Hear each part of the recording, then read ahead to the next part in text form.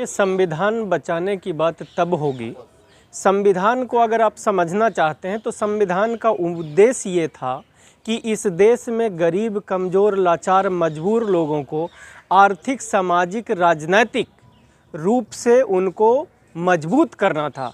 और अगर ये लोग बचाने की बात कर रहे हैं या जो भी लोग बचाने की बात कर रहे हैं, क्या इस देश के गरीबों के, दलितों के, पिछड़ों के, अल्पसंख्यकों को आर्थिक, सामाजिक, राजनीतिक रूप से सशक्त करने का इनका प्रयास है?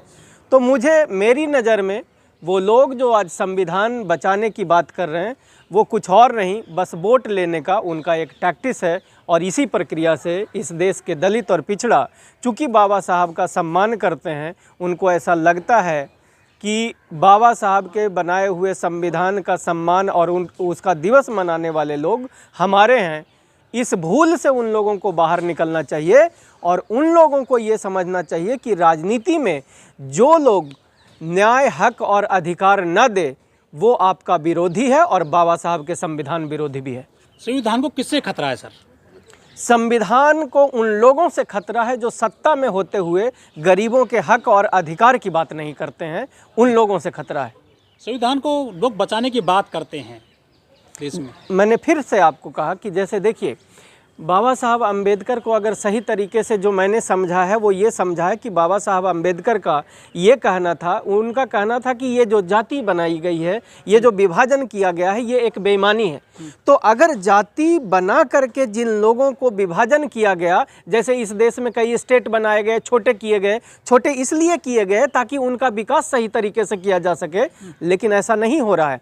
जिन लोगों की जितनी संख्या है, जितनी आबादी है, उन लोगों की उतनी हिस्सेदारी, भागीदारी और उनकी साझेदारी अगर व्यवस्था सरकार में, सरकार की नीतियां बनाने वाले जगहों पे और सरकारी तंत्र में अगर उनका हिस्सेदारी हो जाए और सरकारी रुपयों में हिस्सेदारी हो जाए। अभी हमारे दिल्ली यूनिवर्सिटी के प्रोफेसर रतनलाल जी बोल रहे थे कि यहाँ पे जो अभी बजट बनाया गया है सब प्लान का, जो इंदिरा गांधी ने बनाया था, उस सब प्लान का जितना रुपया उन लोगों को मिलना चाहिए था, वो रुपया आज जिनकी आबादी 15% है उनको 3% दिया जा रहा है और जिनकी आबादी 7% है उनको मात्र 2% के आसपास दिया जा रहा है।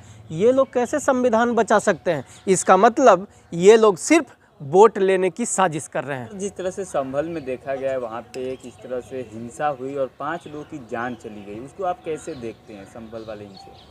देखिए, संभल के हिंसा में एक्चुअली मैं उस पर ज़्यादा टीका टिप्पणी इसलिए नहीं करना चाहता हूं क्योंकि मैं इस न्यूज़ को अभी चूँकि मैं राजेंद्र नगर विधानसभा में चुनाव की तैयारी कर रहा हूं, इस न्यूज़ को मैं डिटेल्स से नहीं देखा, इसीलिए मैं उस पर ज़्यादा टीका टिप्पणी करना पसंद नहीं उचित नहीं समझूंगा। मोदी जी ने संविधान को चूमा था, कहा था कि हम जो है संविधान के दम पर ही प्रधानमंत्री बने हैं, सदन पहुंचे हैं, हम तो चाय बेचते थे। देखिए, मोदी जी एक ढोंगी व्यक्ति हैं, एक जालसाज व्यक्ति हैं जो इस देश की 90% आबादी SC ST OBC को वो ठगने का काम करते हैं।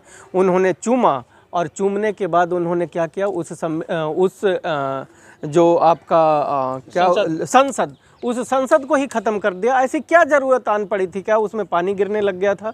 क्या वो टूट गया था? ऐसा क्या हुआ था कि नई संसद बनाने की ज़रूरत पड़ी? खैर, वो भी महत्वपूर्ण नहीं है। महत्वपूर्ण ये है कि पिछले 10 वर्षों में मोदी जी के राज में इस देश के SC ST OBC के लोगों को कितने नौकरी, रोजगार, व्यापार, ठेकेदारी और सरकारी तंत्र और सरकारी रुपयों में हिस्सेदारी मोदी जी ने दिया।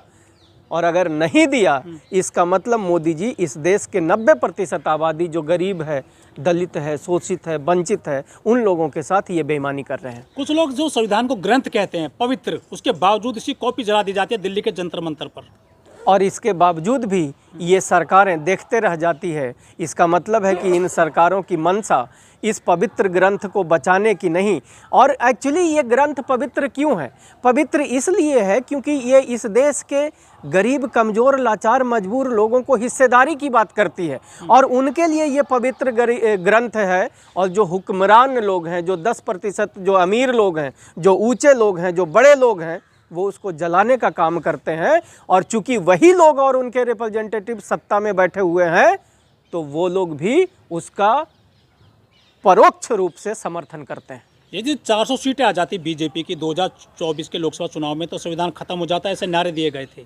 देखिए, संविधान तो ख़त्म आज भी है, हाँ, बस उसका एक ढांचा बच गया है, लेकिन उसके अंदर में तो सब कुछ ख़त्म कर ही दिया गया है। जैसे मैंने आपको बताया, मेरी जो समझ है वो ये है कि राजनीति का मतलब होता है रुपया, और रुपया का मतलब होता है कि हर व्यक्ति जो इस देश में वोटर है और नैतिक आधार पे जो वोटर है, उस व्यक्ति को उसकी हिस्सेदारी मिलनी चाहिए जो सरकार का बजट है।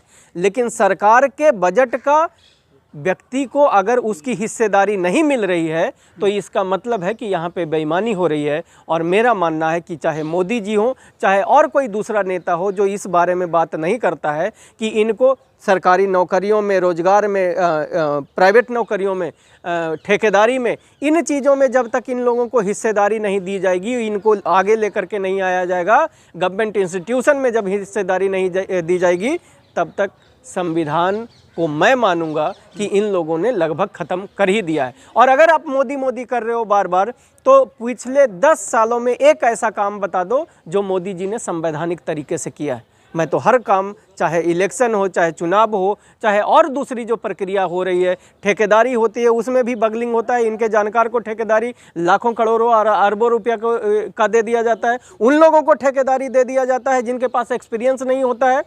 तो मोदी जी तो एक छल करने वाले व्यक्ति हैं जो इस देश के 90% आबादी के खून चूस करके चंद लोगों को अमीर बनाने का काम कर रहे हैं। जो गोलवालकर की किताब में लिखी हुई है कि जब भी सत्ता और सरकार में तुम आ जाओ तो चंद लोगों के हाथ में इस देश का 80% रुपया जो है उनके हाथ में दे दो तो तुम सत्ता से बाहर कभी नहीं होगे। अडानी, अंबानी ये उनके वही मित्र हैं जिनके हाथों में ये रुपया पहुंचाने और भेजने का काम कर रहे हैं। पार्टियां चुनाव लड़ रही हैं कि हम संविधान को बचाएंगे, उसके बावजूद वो चुनाव नहीं जीत पाई हैं इस बार। मैं तब कहता हूं कि देखिए, अभी आज के तारीख में चुनाव जीतना तो एक अलग ही कहानी है। आज अगर चुनाव की बात करोगे तो आपको ईवीएम की बात करनी पड़ेगी। पूरी दुनिया में जिन देशों ने ईवीएम को बनाया वो ईवीएम को ख़त्म कर रही है। तो चुनाव किस तरीके से दिया जा रहा है, हर समझदार व्यक्ति इस बात को बाखूबी समझता है और इसके ऊपर चर्चा करने की ज़रूरत नहीं है। ये जब तक ईवीएम नहीं हटेगा, जब तक इस देश में प्रजातंत्र सही तरीके से लागू नहीं होगा। संविधान को कैसे बचाएंगे जो बहुजन हैं, दलित हैं, SC ST OBC? हाँ, संविधान को बचाने का एक तरीका है कि सभी SC ST OBC अल्पसंख्यक लोगों को जब भी उसके घर पे कोई नेता वोट मांगने आता है तो उससे सवाल ये पूछना चाहिए कि आप मुझे ये बता दो कि इस विधानसभा में दलितों की इतनी आबादी है, 10%, 20%, 30%, 50%, उनको आपने कितने दलित को आपने नौकरी दिया, रोजगार दिया, व्यापार दिया, ठेकेदारी दिया या सरकारी संस्थाओं में हिस्सेदारी दिया, जितने लोगों को वहाँ पे बनाया गया। और अगर वो हिस्सेदारी हमारे लोगों को नहीं दी गई है तो इनको उन लोगों को वोट नहीं करना चाहिए। जो लोग हिस्सेदारी देंगे उन्हीं लोगों को उसको वोट करनी चाहिए और यही तरीका है संविधान बचाने का।